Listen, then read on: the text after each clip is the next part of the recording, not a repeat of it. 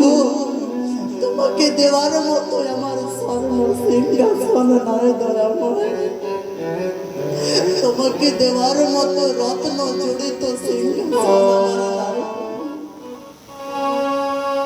এই কাঙালের ঘরে ছিদ্র বসনখানা, তুমি যা দিয়েছো তুমি নিজ গুণে কৃপা করে গ্রহণ করো ধরাময়। যখনই মা ছিদ্র বস্তাখানা নিয়ে কাঁদছে, মাগো মায়ের দুঃখটা চোখের জল ওই ছেঁড়া বস্তার মাগো, যে কোনো প্রান্ত হইতে যদি ভগবানের নাম করে দুঃখটা চোখের জল দিয়ে কোনো বস্তু যদি কেউ নিবেদন করে, মাগো কিবা ঘরের কোণে হোক কিবা বনে হোক, ভগবান আমার সে বস্তুকে গ্রহণ করে। মা আজ ভগবানের নিবেদনে, ভক্তের নিবেদনে ভগবান আমার সেই ছিদ্র বস্ত্রকে গ্রহণ করেছে। বলছে দাও মা, আমি তো অনেক সিংহাসনে বসেছি গো, আজ ওই ছেঁড়া বস্তা খানায় আমায় দাও মা। বিদুরানীর হাত থেকে ভগবান আমার ছেঁড়া বস্তাটি কেড়ে নিলেন, আর ভগবান আমার নিজে বিছিয়ে বসে গেলেন। বলছে মা গো,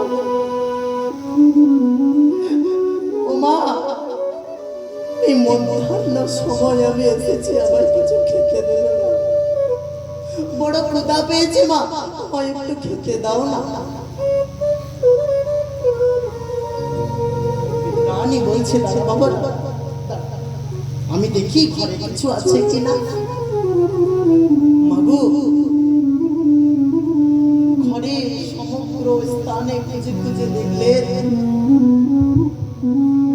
শূন্য, অন্ন পর্যন্ত ঘরে নাই। কি দিয়ে আমার গোবিন্দকে সেবা দেবে জানো না, ঘরে খুঁজে কিছুই নাই।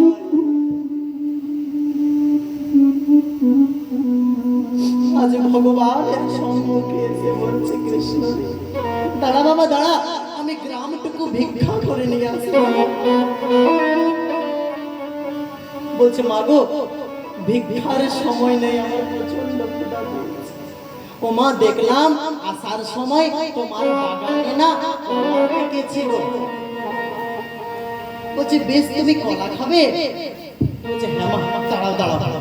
আজ মা বিদুরানী গিয়ে দেখছে বাগানে সত্যি তার কলার গাছে কলা,